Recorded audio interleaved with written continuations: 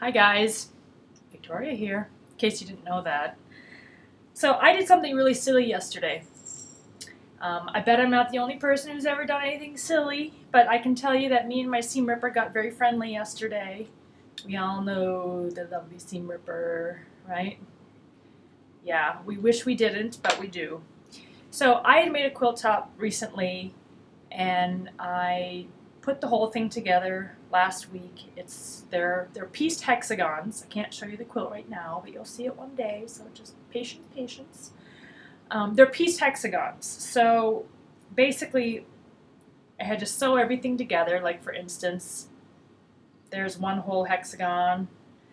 And then I'd have to sew on the next hexagon, which means basically that I have to Y seam all the rows together. So I did that, and the whole quilt turned out really perfectly, except for the first row that I had joined together. And so since I like my seams to line up, most people think if you're an improvisational quilter that you don't worry about those things.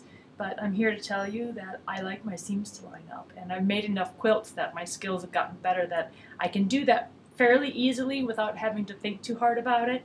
So anyone who's frustrated with not getting their points lined up, just keep making quilts because that stuff just comes naturally.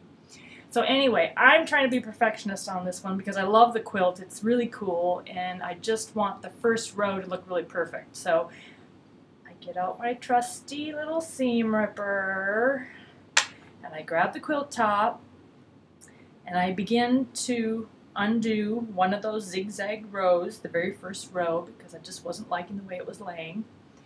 And in the meantime, my telephone rings. So I pick up my telephone, I'm talking on the phone, I'm seam ripping, and I get off the telephone, and I realize that I didn't just follow the zigzag down one row of the hexagons, but I had indeed just followed any old which line that I wanted, not paying any attention to what I was doing. And now I have two pieces that are completely like a jigsaw puzzle.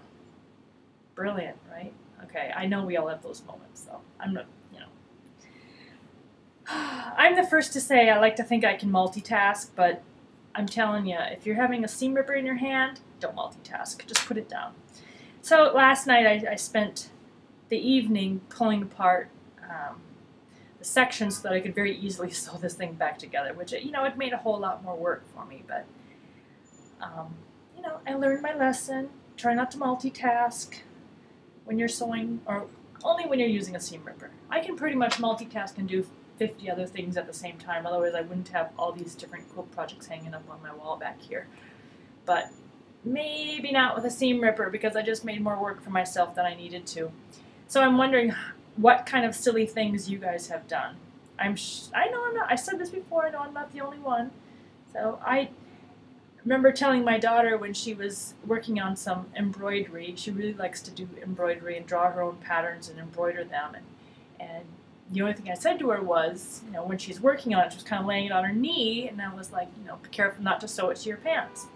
So she comes back 10 minutes later, and she sewed it to her pants. So, and I've done that, and I know, how many of you have done it?